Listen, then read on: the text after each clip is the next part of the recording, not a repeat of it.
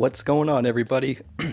We are back. I know it's been a while since I've done a video. I was actually sick for a little bit, still getting over a little bit of a cough, but great to see everybody. We got David, we've got C Will, of course, and we've got all you in the audience. So anybody listening, drop a hello in the chat, and let's get started. What are you guys seeing out there? What's good, y'all? What's good? Yeah, a lot of stuff's going on. Algorand almost hit $1 in the wee hours of the morning, so kind of hit. I think it's like highest I saw was close to $1. Fell back down a little bit. So seeing some. I don't know. You remember that tweet I put out where I said we're not in a bear market and the bull market is still going to rip. I don't know. We'll see. Right. Obviously, do what? I think you're right because I'm feeling the bulls coming back. When I follow Bitcoin hitting that 48K. Yeah. It is interesting to look at, but at the same time, I've read, it's so up in the air right now. I just feel like it could literally go either way. We could get hammered off of one area of resistance, and I think we could easily see Algo back to 67 cents, hitting that support, or maybe not 67 immediately, but somewhere in the 80-cent range or something like that. Yeah, but it's. I actually sold my position that I longed at 71 cents I think it was like 70 cents, but I actually sold that at like 93, 94. So I'm not leveraged at the moment. I'm waiting to see kind of what happens, but still have a good stack of Algo ready to put in governance. I'm actually interested to see, how AlgoFi really works. I don't really know what you guys are planning to do, but we could talk about that a little bit too. Yes. Which one you want to talk first? You want to hit AlgoFi governance? Sure. Yeah, let's do that. Let's do that. What do you guys think about it? Well, I'm ready for that as well. I have, like I said, I'm already pretty leveraged out, and I took some loans out and bought some Lofty. I saw JT was like, oh, that's a great idea. So I went in there and got in on that property that got 17% APR return on cash and 9% cash on cash. So that's what I did. But in terms of governance, I'm putting another bag together, and I do want to use AlgoFi to collateralize. And I'm excited for it, and I think it will help the whole total value lock of the ecosystems. I feel like half of us are going to use this system.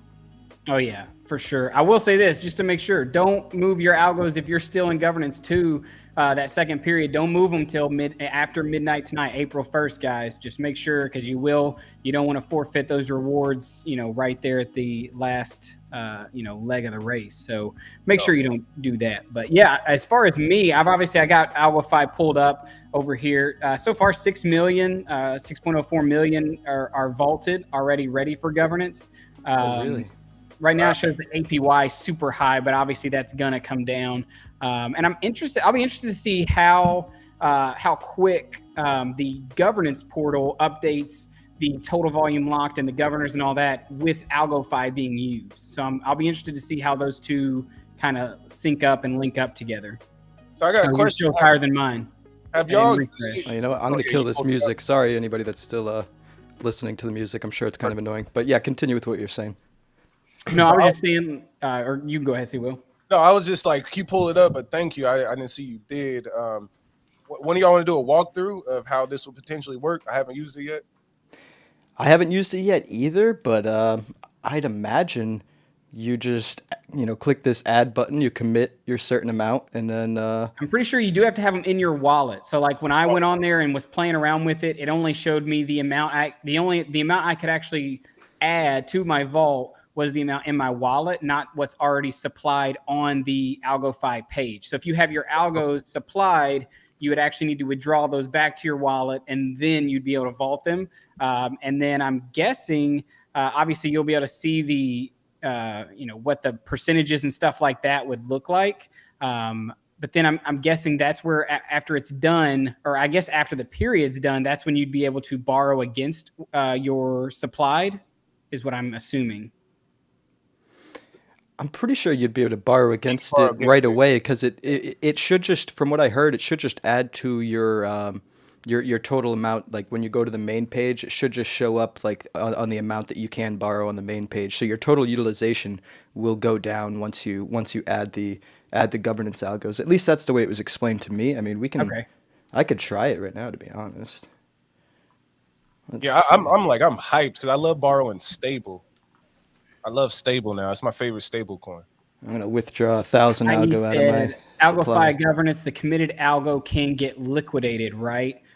Always. Anytime you, you know, extend yourself or go long on something like that, and you're borrowing, you know, there's always the chance of liquidation. That's why I always would say, you know, keep your, you know, the amount you borrow low, especially if you're borrowing algo maybe on a bull run where it's really running high. Like sometimes that's the worst time to leverage yourself, because then you really stand a chance, if the market pulls back, of getting liquidated. I think right now we're in a spot that could be fairly a safe area, and that's why I feel confident, you know, doing some longs and some leveraged positions. But you know, just imagine if something crazy in the market happens, algo flash crashes to 50 cents, you know, that right now is almost a 50% drop. So if you're leveraged high, you know, and then, you know, that can put a really sour taste in your mouth, you know, so always be careful with stuff like that.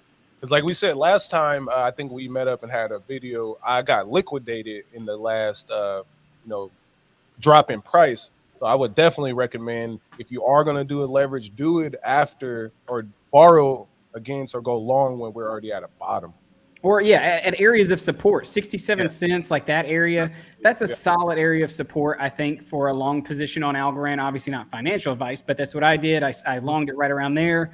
And then obviously you sell at resistance. Like you don't have to hold those positions forever. Now, obviously, if you're doing it in governance, that is something you also want to take into consideration, because, you know, I would assume as the price of algo could go down during governance, not only could you forfeit algos you have, but then you're also possibly forfeiting your rewards if for some reason you fall below your threshold. So that's another whole thing that could really, you know, turn people off maybe to using this if they don't know what they're doing. Yeah, and the good thing to that too, though, is anybody that's just dollar cost averaging out there, you can continue to add your algo as collateral to continue to lower your borrow utilization and reduce that risk of you know, being liquidated. So you can continue to add to that pot. So it's not like once you put it in there, that's all you have, and you have to worry about it being liquidated. You can continue to add to it to reduce your risk. But I just withdrew 1,000 algo just to test this out. So it seems really simple. You just slide this over to however much you want. You know, I'm going to do 100% of the algo in my wallet. I'm going to do exactly 1,000 just so I still have something to play around with. I'm going to hit supply. Let's see. Maybe. There we go. Try to double sign. Yeah, it is trying to double sign, and my mouse is dying too. That's one of the issues. Close this out. I'm going to close this out so you guys don't see my password.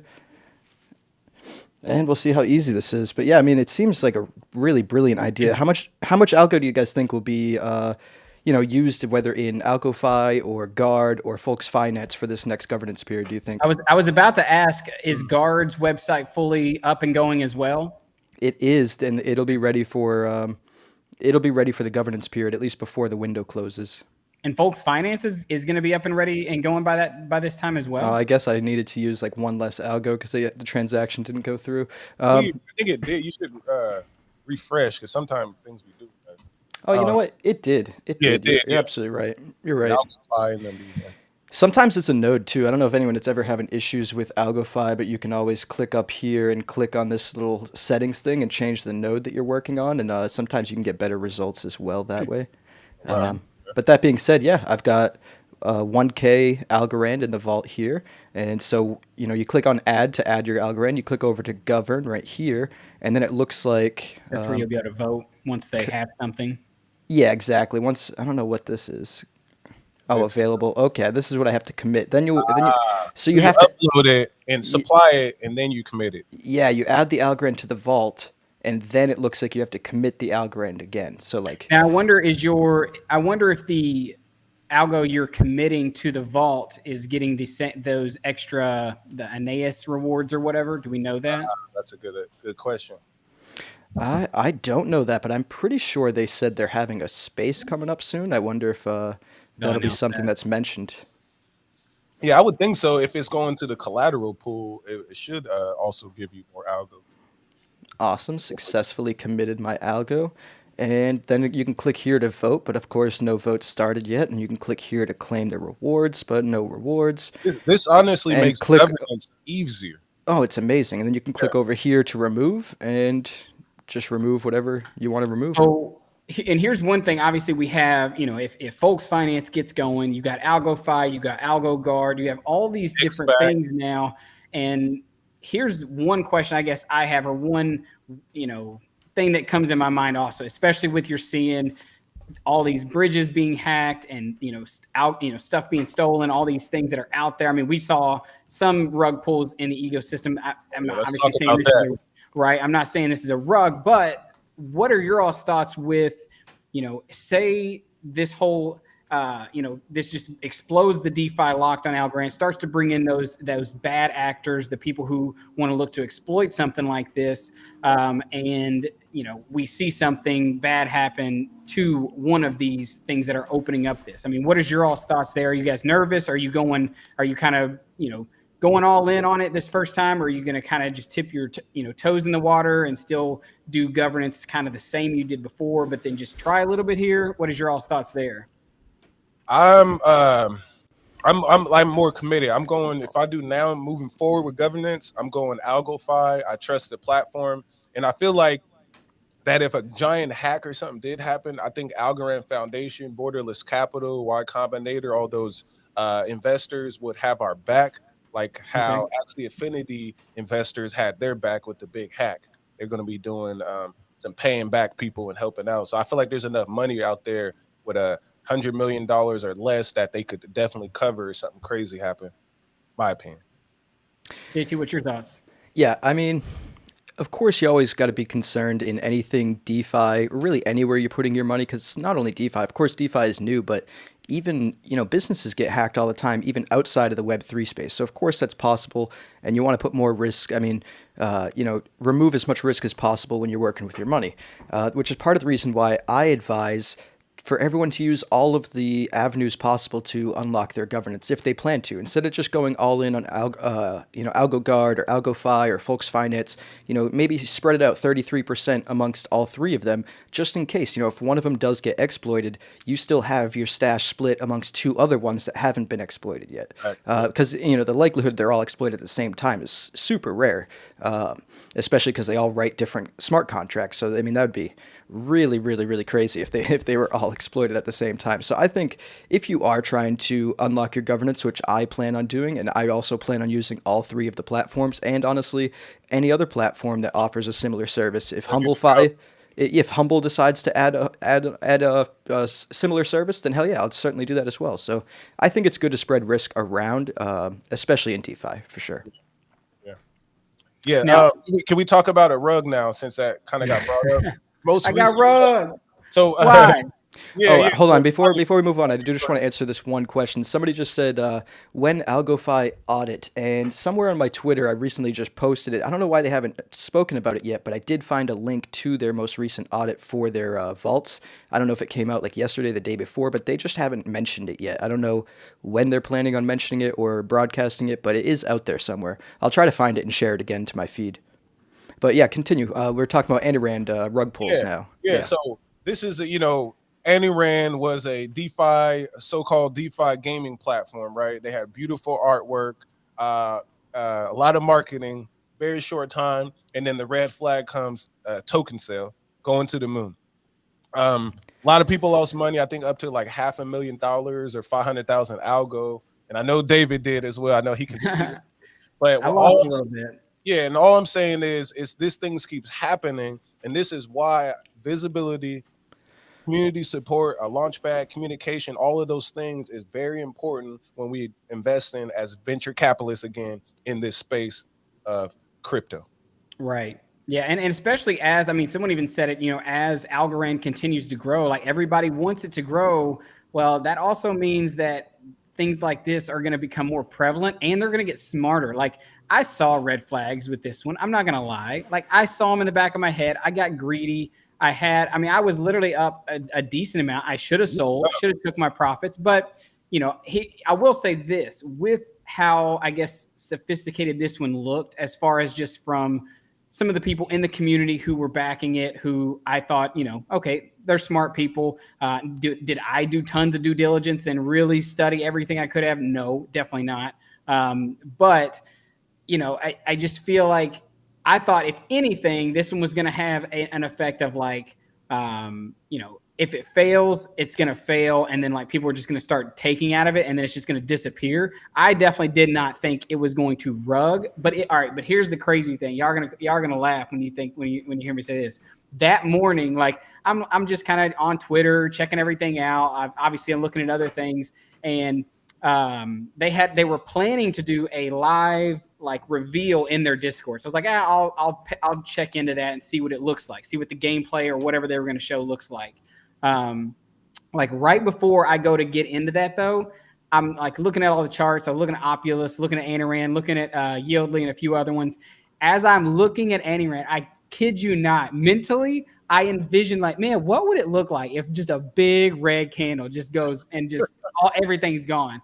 And then literally not even 5 seconds later, I click over to the thing. I jump in it.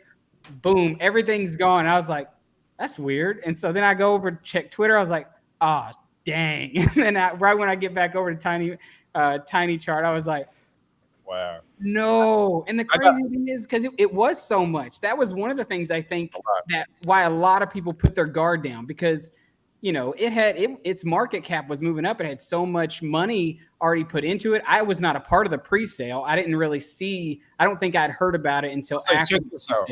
From my understanding, this is the flag right here. When a team puts 90% of the liquidity on, right, we see a big green candle. I was researching. You put a lot of the most of the money down, and what that does is signals to other investors, oh shit, we're about to have a moon.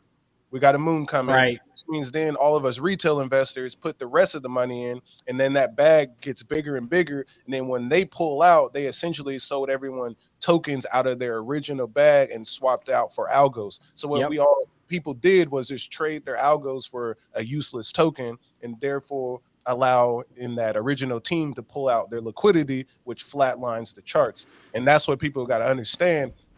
What's the vesting schedule of the token? The utility, number one, I would say, and did the team show their face at least one time, a representative, something? Yeah, and that's also another part. I mean, I know that there's a lot of the community that says like not everybody should be doxxed. Like they shouldn't if they don't want to. There should be that ability to do that. But that is one of the red flags that I saw. That like I said, I wasn't expecting a rug. I was definitely expecting a crash to come eventually, which is why I just got too greedy and that's why I lost, what I lost. But, I think that's just something you have to take into consideration. Even one of the commenters says, seems Algorand was caught. I don't know if they were caught. Obviously the algo I put in was algo I was, not, wouldn't get to kill me if I lost it. So I'm not really pursuing any avenues of getting reimbursed. But I will say this too. It is cool to see how the ecosystem, that whole gaming section of Algorand's ecosystem kind of stepped up to try to help some of those affected. I don't know how much. Yeah, I don't know how much that does affect or help people, but that is something cool to see, that even though there's maybe there are bad actors, the Algorand community can still come together and try and help those that were affected. Yes. Yeah, and I think people were kind of taken in with the fact that they were able to really climb up the charts in terms of liquidity. They ended up the top liquidity ASA on Tinyman at least. But a really important metric that I think maybe Tiny Charts could integrate or somebody else could integrate is showing who is providing liquidity. Like how many wallets, how decentralized is that liquidity itself? Because as C. Will mentioned, I mean, that is a huge problem with liquidity pools in and of themselves. If only one or two people are providing nearly all the liquidity, then one or two people could rug pull you whether they're trying to or not. It could just be a whale. It could just be a whale that decided to pull their money, and they ended up with like 70% of the pool, and now there's no liquidity left, and essentially a rug pull. So I mean, a really great thing or metric that we could utilize or use in the future would be seeing how spread out that liquidity is. Because if you had a project that, of course, DeFi example, when they launched, they had 100% of the liquidity because they started their pool.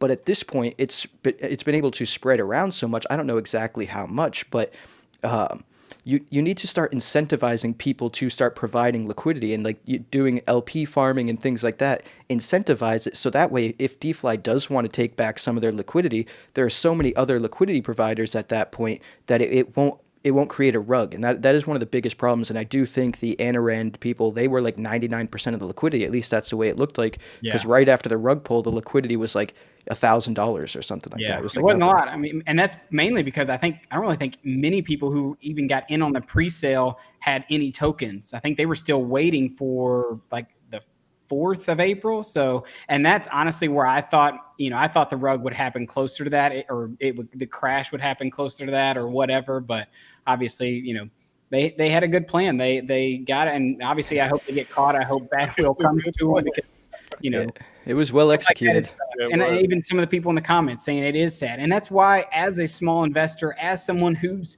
you're following these whales or these bigger people who are making these buys, just realize that if they're making these buys, they may be using money that like most people are, that they don't care to lose. Whereas like if you're playing with money that like you really have to be, risk adverse and you want to be smart with it.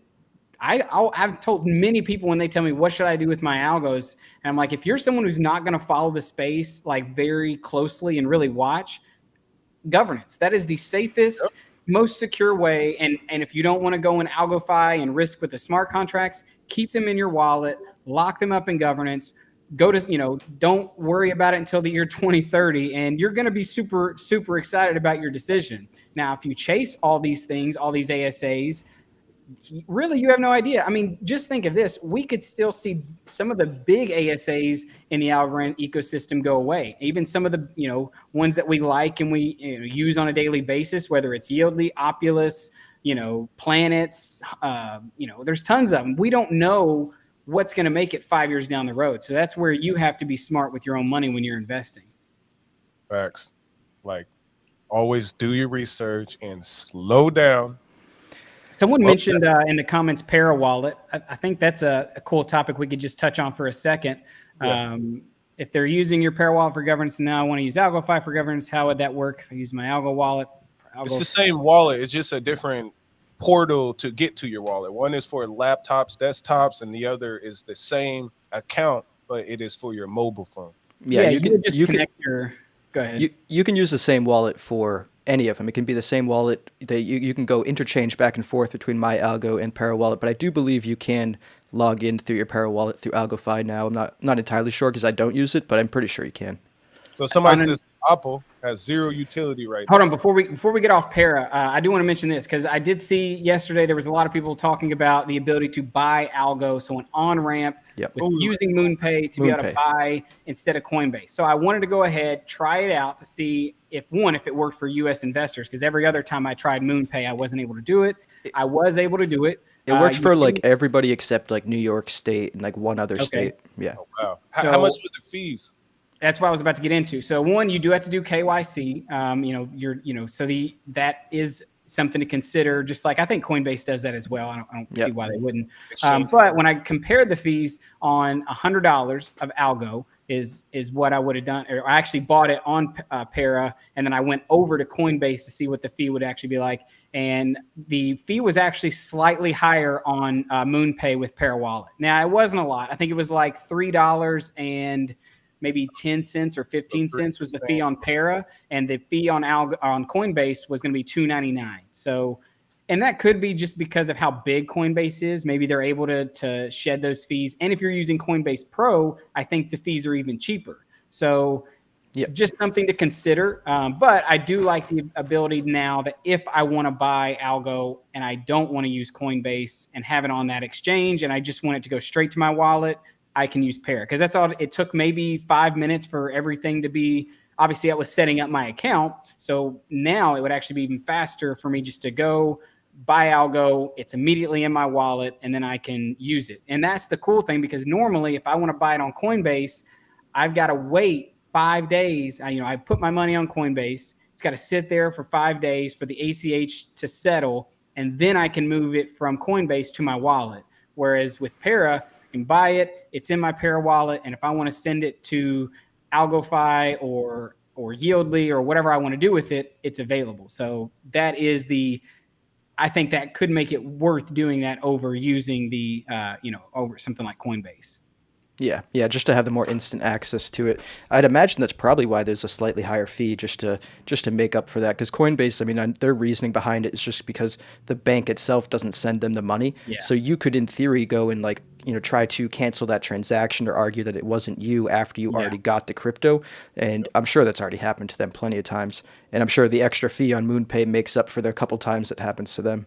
Yeah. I will say as well, the amount, and I don't know if this changes over time, but the amount that I could buy using Pera Wallet was also lower than the amount I can buy using Coinbase. So if I wanted to buy a larger amount, I can actually do more on Coinbase than Pera. So just some things to note there with that update. As we're seeing, I like the rebranding so far, the Pera Wallet. It definitely has me more intrigued on using it in the future, but I still right now use my Algo wallet. Yeah, same, just for convenience, because I primarily use the apps, like all these dApps on my laptop. But I could see it actually being a really great wallet in the future when they start integrating the 3D NFT displays and whatnot. I'm not too big into NFTs, but I know it's very huge in the crypto community. And if Algorand can be the spot for NFTs and really make a splash and make it known that we are the spot to go to for your NFTs. We're carbon neutral. Carbon negative. Really, all the NFTs are carbon negative. We have wallets that display them with 3D displays. I think it'll be a great thing for the ecosystem itself. So I'm excited for that. Yeah. I'm definitely NFT support is going to change the game. Like you said, Pera Wallet, NFT support, DEX integration. The DEX integration is what I'm wanting sooner than later, because a lot of blockchains I see they do have it all in one package where you can just have one wallet, or one app, and do everything you need to do. Yeah. And I think for mobile users, that is what we need. Yep. Hey, DeFi is already getting there. They're already integrated with TinyMan and AlgoFi. The next ones coming up are Pact and HumbleSwap, and then I believe they're going to start adding all the other features from the apps as well as they can add them. So it'll be good to have multiple outlets to be able to do that. I think even Tiny Charts is starting to try to add a DEX aggregator onto their website as well. So I feel like Tiny Charts is going to be a very successful project long term for the Algorand ecosystem. Yeah, at least for them. I mean, I'm still not convinced on their token, but they have a great model, at least for their business revenue. I mean, they're just the ad space alone they're able to sell. I load up Tiny Charts every day, so like I see all the ads that they're able to get. I'm sure they're getting a nice little revenue stream from that. So it's certainly a very useful tool and a good model for them. So and I think go ahead, Jake. No, I was going to say here's something I know, because it was kind of interesting to see after the whole Anaran debacle. At least on my Twitter feed, a lot of people started flooding back to much love for many of the ASAs, I would say, that people had been dogging on for the months leading up to, like Smilecoin, Yieldly, some of the other big ones out there, maybe even DeFi and stuff like that, although it's had a really good launch so far. So what are you guys in any ASAs right now, or excited about buying any? Obviously, I'm not talking about staking. Are y'all looking at buying any ASAs right now, or are you pretty much just sitting on Algo and cash or USDC, whatever it may be, stable? Currently, I am still holding the same tokens I've been holding and yield farming the same tokens I've been yield farming. The only ASA I hold outside of the stablecoin ASAs is Opulus, but it's a very small percentage of my portfolio at this point, maybe like 4%, 5%. I do really want the bank token, the AlgoFi token, when that comes out. I want the XBAC token when that comes out. Oh, I actually did lie. I did buy a small bit of the GoMint token, the AlgoMint token. What else? Yeah, I think that's really it, dude. Honestly, I'm really just trying to build the bags that I currently have, so I don't have my eyes on too much. How about you, Will? I just got back into Opulus. I did hop out before it like fully ran down. But I'm in Opulus. I bought some Opulus, and now I'm slowly building my position. And I feel like since Opulus did its spike up to whatever 7, drop down to 30 cents and whatnot, I think it's now stabilized and it has a lot of upside potential. And David Crypto for Change did a nice feature with Lee Parsons and was it Fernando? Yeah, Fernando Cruz. So I like Fernando. So I think that right there helps answer the questions I was looking for, like when royalties, when Lil Pump, and as someone in the comments says, Opulus has no utility. That question was kind of answered. There will be more utility. So Opulus is the only other token I'm in right now other than Algorand. Right. And I think, a lot of people just kind of, we can talk about Opulus for a little bit. I'm still bullish on it. I've not sold any of mine that I bought, initially. Although obviously hindsight, maybe, definitely should have sold at the top and bought back in at the bottom, but I didn't. And I'm fine with that because ultimately I see, and even watching a little bit of the interview he had with the newest SNFT artist, Ardans, that they're dropping, the potential of what can come from something like Opulus. And I don't see Opulus being a rug or being something that has bad actors in the behind the scenes, even with the no utility. Because I know a lot of people say, well, what's the difference from it and Anaran? It's all hype. It's all just, there's no substance, no product. You're just holding this Opulus token. It's like, I get that. But if you go back and you watch that interview, one of the things that I was super excited to hear from Lee and Fernando was the partnership with Securitize. Yes. Like, they're trying their hardest, guys, to go out here and make a product that is going to stand the test of time. It's not going to, get kickstarted and launched and then get hammered by the SEC or whatever powers that want to come try to attack it. And I know there's people who don't like the artists that they're using, or obviously the Lil Pump song, a lot of people hated it, said it sucked. But guess what? It's still got hell a lot of streams. It's making us money, man. So yeah, and so I'm excited to see how they can kind of bring together this NFT marketplace with the SNFT marketplace. Obviously excited to see what the royalties look like and the earnings for the early investors in Lil Pump, Big Zoo, and obviously now the Ardans. So there's definitely a lot of excitement. But at the end of 2022, if they can do what they said in the interview, which is by the end of April, I believe, is to have the D-app launched, have the project up and running, at least where you could probably stake your Opulus on their platform, probably be able to, and probably the people who are staking would have the first dibs on investing in future SNFTs because they still got other ones coming out with Tyga, Super Duper Kyle, stuff like that.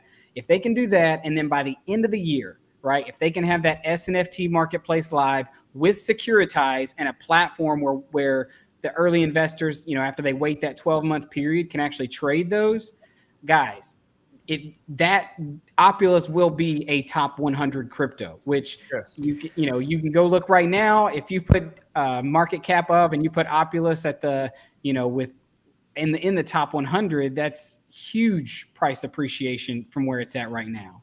Like, David, what I liked as well is what you talked about with the SEC, yeah, Security and Exchange Commission. Like, I think what they're doing, I made a comment on your video, but that is very smart to take their time, get with Securitize or Scrutinize or whatever that's called, but to get with these people and do the paperwork right. They're doing the correct business that we need done for somebody that we're investing our money into. And long as the dashboard shows me how much money I made, I'm going to stay bullish with Little Pump song, with all the SNFTs, because that's what we're here for, is to make passive income and to build wealth. And I think Opulus is the best play for that in terms of a lot of other projects out right now. Right. Yeah, I think as well, I know JT loves Lofty. I love Lofty. I know C-Will, you're into Lofty AI. But just imagine, give it a year, 2 years, 3 years, and every, quarter and every day for stuff like Lofty, you're earning royalties on properties that you're invested in and appreciation. You're earning royalties on songs that you're invested in and appreciation of the SNFT possibly just going up. Then you have new stuff that's coming out to hopefully unlock liquidity in and pay royalties out for just artist NFTs. So there's gonna be a lot of ability for people to earn passive income, using the things in the Algorand ecosystem. The hard part is finding out which ones are going to be legit, which ones are going to stand the test of time over the next 5 years, and which ones are going to fall away, rug, whatever it may be. My last comment on Opulus, what we talked about with the Aniran. Lee Parsons, Fernando is visible, right? They just did somebody left a comment. He's with his artists also that they're partnering with, Visible. He tweeting on Twitter every day. He's arguing with people. Like, we know this is a real person. Like we can go to Diddle Music and research Lee Parsons. I know where he lives in Brazil. No, I don't know. I was about to say he is in Brazil, so if he needs to ghost, I mean, Yeah, so easy.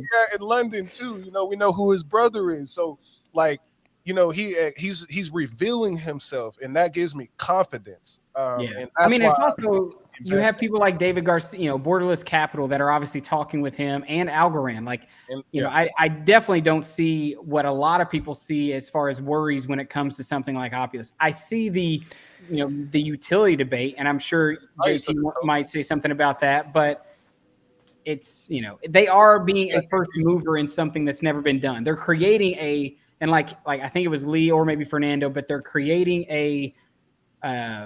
forget the words they use, but pretty much, this SNFT marketplace where you can actually trade, securities to music.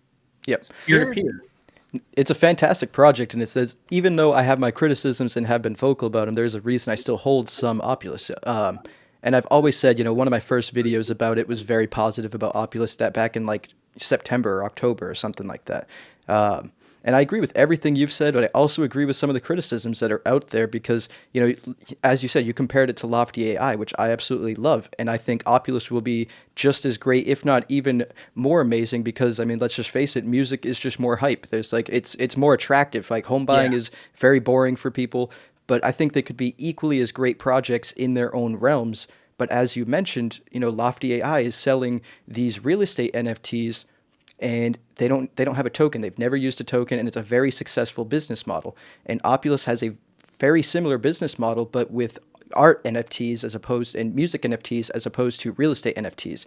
So I'm just really hoping that a strong use case for the token comes up, because the project itself could be very successful with or without a token. So that is my, it's nothing against Opulus itself, because I do think the business structure will likely be very successful, but that doesn't necessarily mean there will be a use case or a strong market demand for a token without a strong use case. So I do hope they deliver on that end. I haven't caught your video yet, so I will watch that. But that's really my only comment. Yeah, and I think, and here is also the crux of the matter. You're 100% true. They and I'm sure, like, if I was someone like Lee who is like, knew how the music industry works, had those connections, for sure you're able to promise, or not promise, but you're able to hype up a token and make some money. Obviously, I don't know how, what money he possibly could have made from the sale. I don't know what tokens he had, or, what early investors maybe got to dump. I mean, I know that there were some big names thrown around that invested early in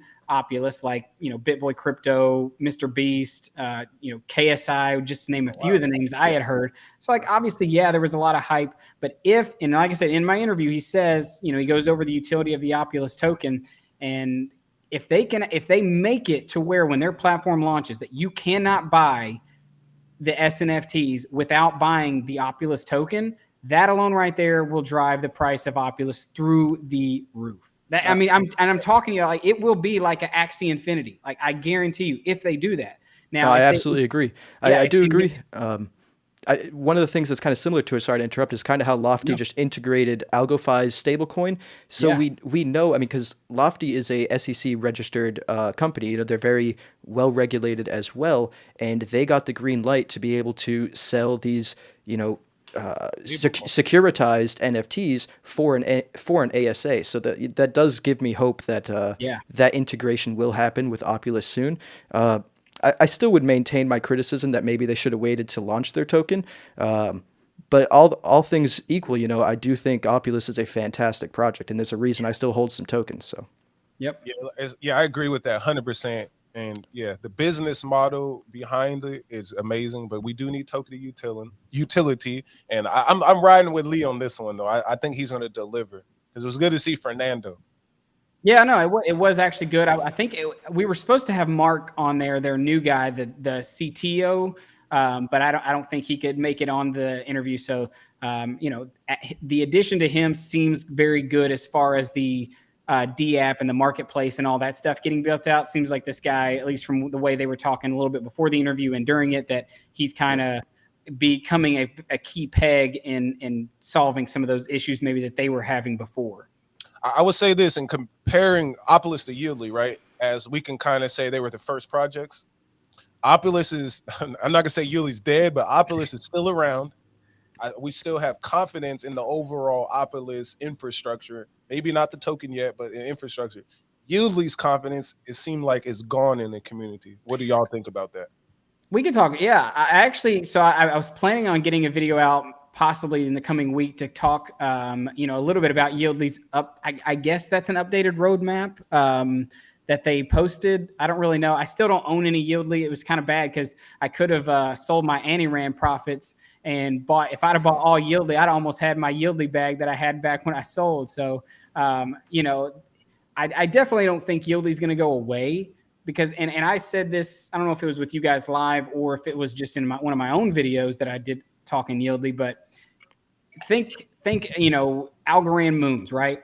The flood of people who have no idea Algorand even exists because they're just focused on whatever's pumping ApeCoin, whatever's Coinbase is telling them to buy.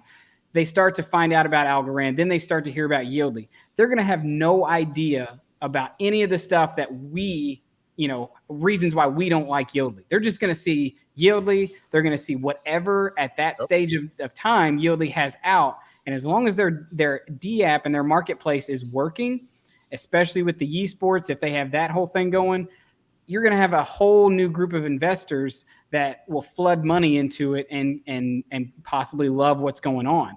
So as far as I'm concerned, I do think Yieldly will make a comeback, and I think you could see it at all-time highs. It may take a while for some of the OG people to get back behind them. But, I mean, let's be honest. If Yieldly opens up something on their app and it's cool and the price starts pumping, everybody's going to, I don't know. I feel like it could all go to the wayside, that the things that people were upset about before maybe. I don't know. What's your thoughts? I can agree with that.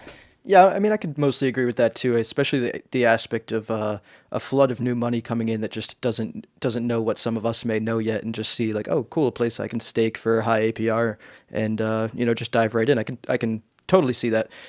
Me personally, I don't really have too much of an interest in jumping back over at Yieldly. I've just been really steady away yield farming on AlgoFi for, in my opinion, more hard assets, because on Yieldly you can yield farm for more Yieldly or whatever other ASA is there, but there aren't many ASAs on there that I like, especially with a lot of the pools that ended. So the yield farming is really, to me at least right now, kind of pointless. So I certainly appreciate yield farming on AlgoFi because you're getting Algorand, you're getting stable, you're getting Opulus tokens. You're getting more hard assets that I believe will appreciate over the long run and aren't just like giant speculative bets. Yeah, no, I agree there, especially like that is, and that's why I feel like you've seen Yieldly's TVL drop so far down is because and AlgoFi's rise, because AlgoFi, I feel like they don't just throw out partnerships and they don't just throw out tokens that you can stake and stuff just because like, oh, this is going to, bring people in money. They actually think like, is this something that we want to be, tied to? Is this a project we want to work with? And so I do think there's a maturity that AlgoFi has that maybe Yieldly doesn't. And maybe with the new devs that Yieldly's hired and the new, fresh push on, their roadmap or whatever it is they post. I know it was a letter from Seb, but we've seen those before and we kind of know what happens there. But even to tie it in, like Ethereum, look at that, for example. Like I have no idea what happened and why everybody got so mad when ETH forked, and now you have ETH Classic and you have Ethereum 2.0 or 1.0 going on to 2.0 or whatever it is. Like, oh, you don't know about that? That's like no. I just wasn't in DeFi. I wasn't in crypto at that point. So like that's what I'm talking about with the new money. Like think of how many people probably are buying Ethereum and they have no idea what's happened in the East past. So that's what I think can happen in a lot of things for Algorand. And so if you're holding ASAs or even Algo and it's down and you're down 50, 60%, like just know that there's many, many people out here who they have no idea what Algorand is. Nonetheless, it's ASAs. And there's people with a lot of money that don't know, that will, I think, flood, their capital into this ecosystem once we get noticed, which it could happen very soon. A Smile Coin comeback? That what you're saying? I will say, have y'all done any research? I don't know what the SDK, like I know that that's the big thing they've been talking about. Have y'all done any research on what that means for them or that entails? After it tanked, I made some videos to tell people about what happened, and I moved on. Okay. Yeah. Apparently they have some pretty big news that's dropping with some SDK rollout or something that's going on that's kind of been pumping the price back up. But at the end of the day, I feel like you just look at the team. Like I get more excited now about the teams than I do necessarily the project. And that's what's still kept me out of Yieldly, because I just don't really know how much I like Seb, trust Seb to really, I don't know. I don't know. And even somewhat of Opulus. Like I love Lee, but there are some times where I'm like, I was just tell him stop tweeting. Well, yeah. Right. But I do love that he cares about his project. He cares about what he's building, and he's going to defend it. So, it's kind of like but I will say this. Although sometimes it's not even shit talk, though, I got to say. I mean, he'll harp on things that aren't too shit talky, but that's okay.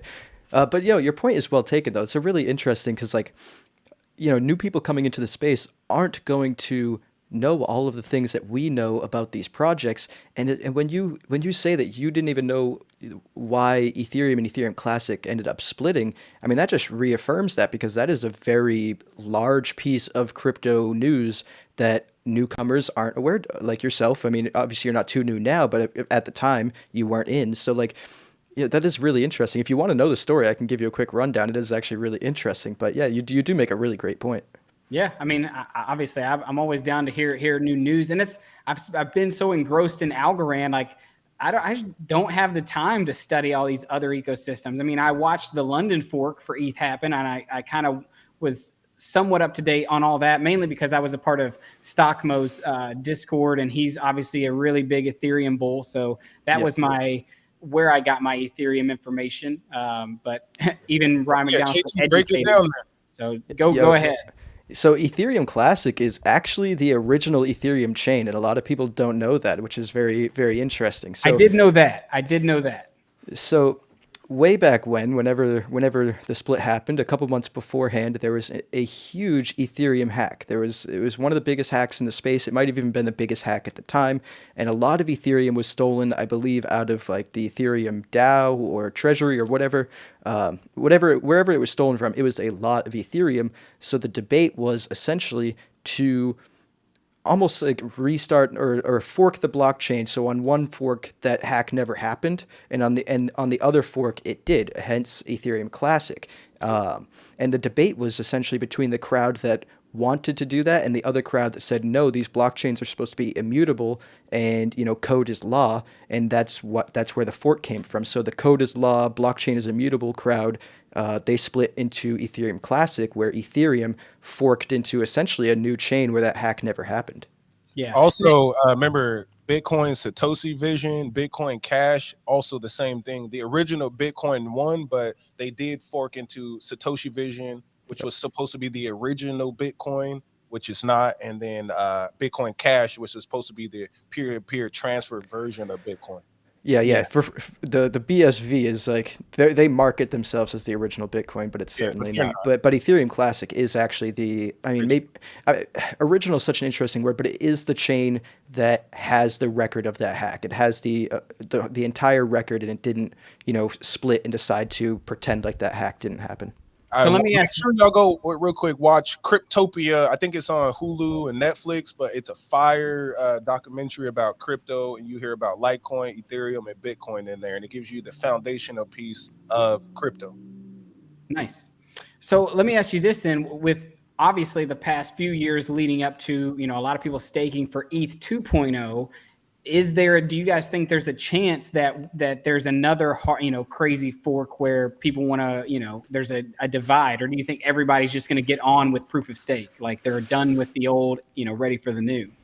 I think they already approved it, so it's going to happen. It's just when. Because I got some Ethereum 1.0 locked on Coinbase, ready for 2.0, but whenever it becomes available, that's when we'll all be liquid. I don't think there's a new token. I think more of a name change, and proof of stake to proof of work, proof of work to proof of stake doesn't make it a fork. Yeah, no, it's weird because it also seems like they're going to be running almost like parallel chains for a little bit of time, where some part of it is still proof of work. Uh, it honestly, dude, the merge, it just seems so complicated that Yeah. it doesn't seem like a fork, but it does seem like a lot can go wrong. So Yeah. And you I don't need, know. I I think, don't know. Is this gonna be secretly where where Ethereum crashes and Algorand rises from the flames to take its spot right under Bitcoin? I think it either goes amazingly right or amazingly wrong. Like I really do think it's like one or the other. There's no middle ground for it, honestly. I think it's either going to be, the solution that they were actually talking about, or it's going to like, the complication is going to overcomplicate things. The thing is with this space is the more complex you make things, the harder it becomes to operate these things. So that's Yeah. part of the reason why Algorand is so amazing, because it's so simple.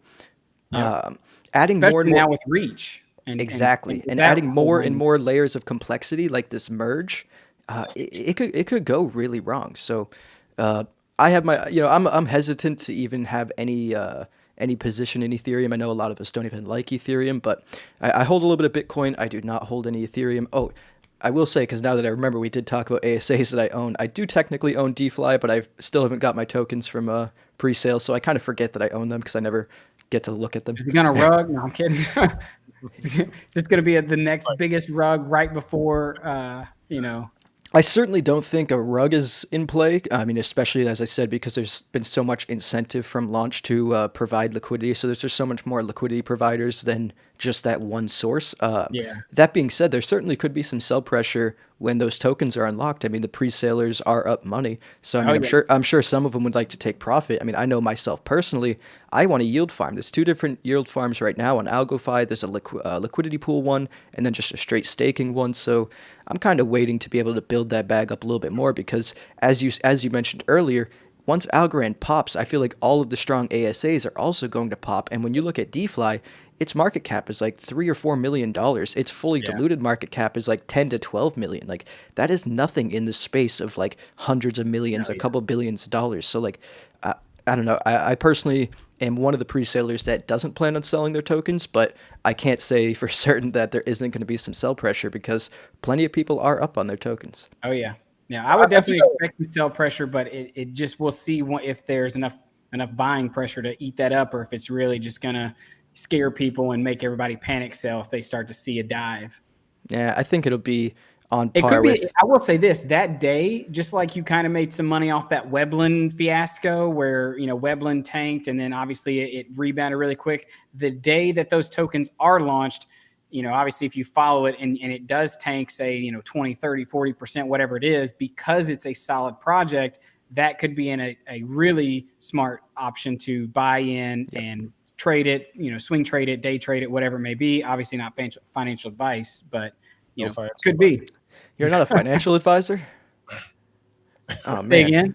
you're not a financial advisor. I don't know what we're. No, I it don't know which what is we're doing here. it's kind of sad because I was in banking and finance for 6-7 years. So if people came into my office, obviously I talked to them about banking and finance and everything. But no, I can't legally give that advice. Yeah, David was like, "Put your money here. We'll give you 0.001." Right. We're gonna give you nothing. I will say it was a credit union, so it's way better than banks. So Yeah, we're gonna rehypothecate the money. We're gonna lend it out like 6 times. Here's your 0.05% interest rate. Good luck.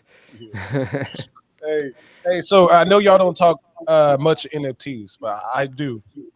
So I want to make a little jump. They got a platform called Landia. Have y'all heard of it? Yeah, the NFT. lending platform, correct? Yeah. So how do y'all feel about borrowing and lending NFTs? If y'all in the comments, leave a comment about how y'all feel about borrowing and lending NFTs. I think it's. Oh, go ahead, David.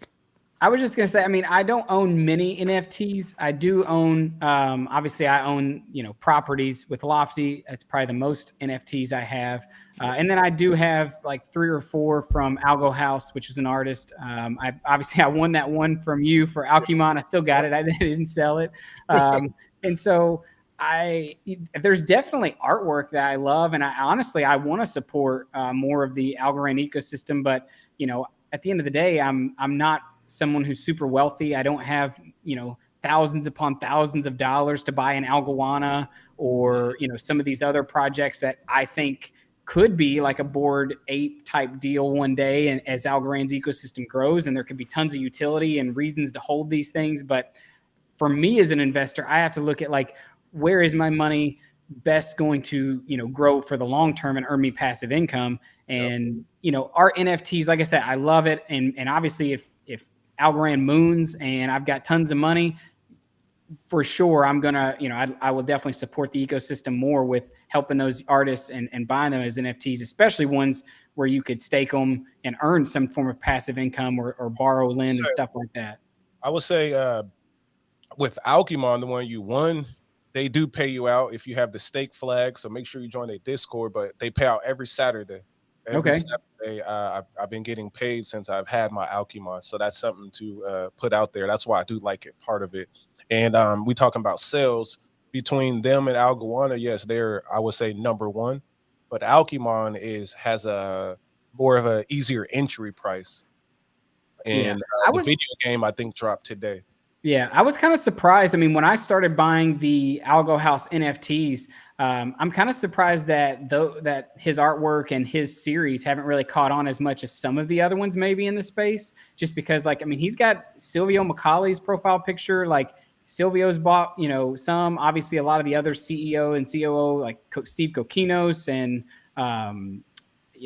Sean Ford. And there's been tons of people who've actually bought his artwork. So obviously, I hold those for the hope that, his series turns into something, but it gets expensive. That's the whole thing. It's kind of like with when I found Decentraland and when I found Sandbox and all these other, they're cool, super cool ideas, and I like it. But unless you were early on Decentraland and you bought tons of it back in the day, it's just so expensive. Like, you get priced out quick. And that's the thing with NFTs. Like, unless you're early to these things, which obviously poses a lot of risk because you don't know which NFT artists are legit, which ones are going to rug you. That's the whole point of where you almost got to dedicate your time just to study and really be in that scene. Yeah, you gotta really agree and be in the ecosystem. Yeah, but I support NFTs. Like, I'll get some of the bigger ones I'll do podcasts with and things of that nature. But some of the smaller ones I've been doing like NFT spotlights to help people kind of just put it out. Because I see, for me, NFTs is going to be one of the main reasons people are in crypto, right? You think so? Yes, I would say half the market is going to be because of NFTs. Because for one, NFT, that name might change, but it's not fully defined yet. How we talked about Lofty, we talked about art NFTs, so as it gets defined more over time, some people are going to come into NFTs for different reasons, which means we need crypto to do the NFT. So that's how I'm seeing NFTs and why I love to continue to support it and be educated with NFTs. Yeah, I'll just say this about NFTs and then we can wrap it up. I know the foundation is actually doing that Twitter space with AlgoFi right now as we speak. They just launched it. So I'm going to jump over there and just listen to that too. But I will say, I mean, for my investment thesis, I'm not too big on NFTs, but when it comes to community building and artists being able to get the spotlight that they weren't able to get before, it's done a lot of great to help artists. It helps the community build. It helps the ecosystem itself. Of course, there are a lot of rugs, but there are a lot of rugs with regular tokens as well. And just to add to a point on Alandia, which is that NFT lending and borrowing place, I think it's a great idea. I don't know how well it'll work because there are many NFTs that are pretty illiquid. So like, it does look like you need to have somebody on the other side of that trade to want to borrow that in order to access the money. So I could see how, currently you might actually be waiting a little bit to be able to access that money until somebody comes and decides to actually. Like the bigger ones are going to benefit the most, like Algorand, the Flemish Giants, and it's not to say that's bad, but those are going to, the people who bought into those early on are going to be the people who are rewarded, long term, just like, ASAs on Algorand, the solid ones are going to be the ones who benefit long term. Of course. Well, I mean, why don't we wrap it up here? And anyone listening, I appreciate you all for listening. And go subscribe to C-Will's channel. It's the Passive Income Network. Go subscribe to David's channel if you aren't already, the Crypto for Change channel. And if you're not subscribed to me yet, subscribe right now. Click the like button, and we'll catch you in the next one. Yep. See you guys. Thanks for joining.